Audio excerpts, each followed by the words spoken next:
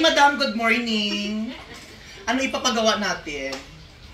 Yung buhok ko. Hindi ko alam kung gagawin sa buhok ko. Ano nangyari sa hair mo? Sobrang dry kasi nito eh. Sobrang dry.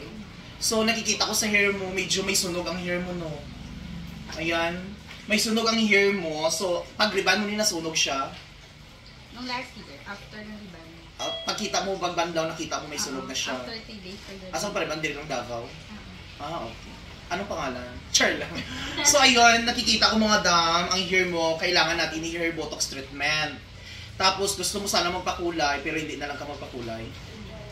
So, i-hair botox treatment na natin para mabuhay yung hair mo. Para matreat talaga yung hair mo. So, ayan, kailangan gupitan natin siya para matanggal yung mga brittle sa hair mo. Pero pag gugupitan, masyadong mix. Hindi, yun, slash lang. Tanggalin lang natin yung may mga brittle. Kasi kung i-hair botox natin siya, tapos after 3 days, makita mo pa rin medyo dry gyapon.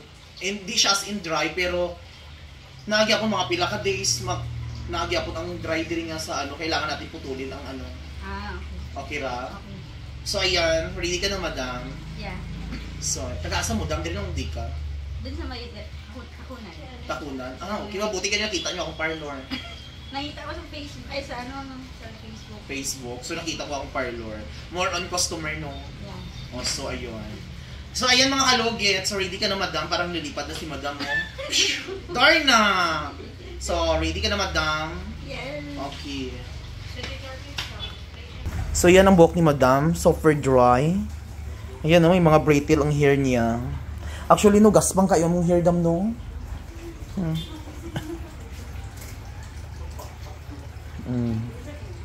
Okay. Ayan, madam, tapos na. Ano masasabi mo? Maganda. Ha? Maganda. Ayan, tanggal na yung mga dry hair mo, di ba? So, ayan na.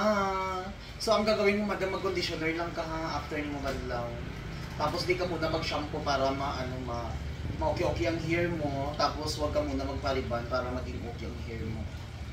Tapos, kung magbanlaw ka o buhok, ayaw ibalot ang imong hair sa towel ha. Diretso lang. Ano lang siya, muragana lang imo. Ayaw i-wrap ang imong hair para hindi mag-dry ang imong buhok.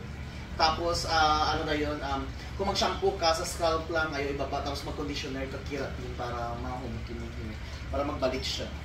Tapos ayaw, sige plan. Ay, wala ka ga-plan siya. Ayan. So, yung mga kalugit, okay lang, madam. Yeah. Okay lang ang gupit. Maganda. Maganda. Ayan, mga kalugit ang sa likod.